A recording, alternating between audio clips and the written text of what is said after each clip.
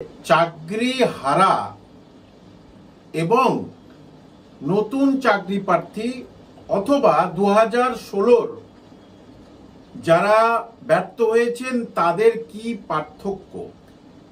এখানেই লাখ টাকার বা কোটি টাকার প্রশ্ন হলো যে যারা চাকরি হারা তারা তো এক্সপিরিয়েন্স তাদের তো আছে, সুতরাং তারা 10-এর 10 পাচ্ছে। সেখানে অযোগ্যগুলোও কিন্তু 10-এর 10 পাবে, সেই ব্যবস্থা কিন্তু এই রাজ্য সরকার করে দিয়েছে। আর যারা 2016-তে পরীক্ষা দিয়েছিলেন কিন্তু ব্যর্থ হয়েছেন এবং 2016-র পরে যারা এমএসসি, এমএ বা এমকম এবং বিএড করেছেন তাদেরও একই অবস্থা।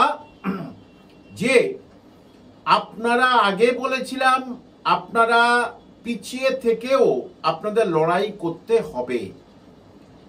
কারণ কি, এটা পুরোপুরি প্ল্যান করা হয়েছে কিভাবে চাকরি হারাদের, বিশেষ করে অযোগ্যদের এই প্যানেলে প্রবেশ করানো হয়। কারণ নিশ্চিত থাকবেন 10-এর 10 ওই চাকরি হারা প্রত্যেককে দেয়া হবে।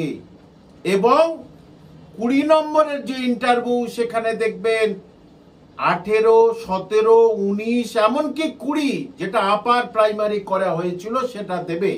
অর্থাৎ রিটেনে 60-এর মধ্যে যদি 32-33 পেয়ে যায় তাহলে যাদের অভিজ্ঞতা নেই, যারা স্কুলের শিক্ষকতা করেন না, তারা এমনিতেই পিছিয়ে পড়ে থাকবেন।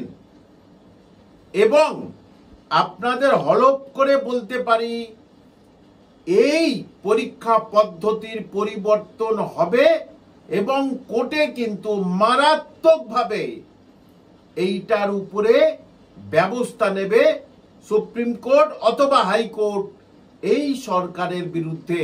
কারণ জেনে শুনে একটা রাজ্য সরকার 10 বছর পরে পরীক্ষা নিচ্ছেন, সেখানে কিভাবে নতুনদের অথবা 2016 যারা কোনো রকমের চান্স পাননি তাদেরকে কিভাবে পিছিয়ে ফেলতে পারে।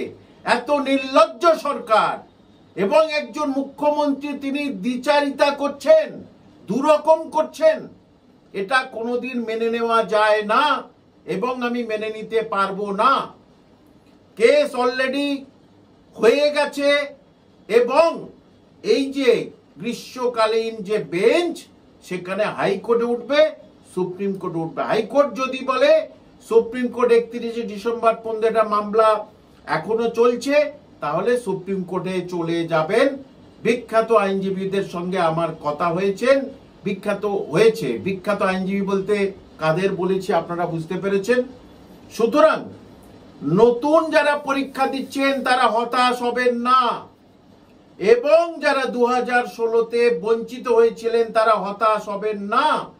এই নিয়ম বিধি থাকতে পারে না এবং থাকবে না, কিন্তু পরীক্ষা হবে এটা নিশ্চিত থাকবেন। কারণ সুপ্রিম কোর্টের অর্ডার 31শে ডিসেম্বরের মধ্যে সবকিছু করতেই হবে।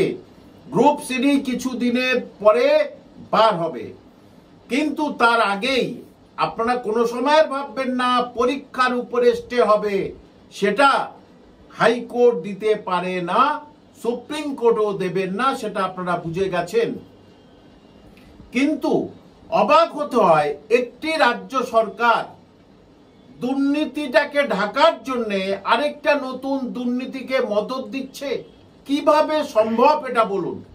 এবং আপনারা দেখেছেন আমি সমস্ত জায়গায় এইটার প্রতিবাদ করছি, প্রত্যেকটা মানুষ প্রতিবাদ করছে, কিন্তু এই সরকারের কোন রকমের মানে নাক চোখ সবকিছু কাটা।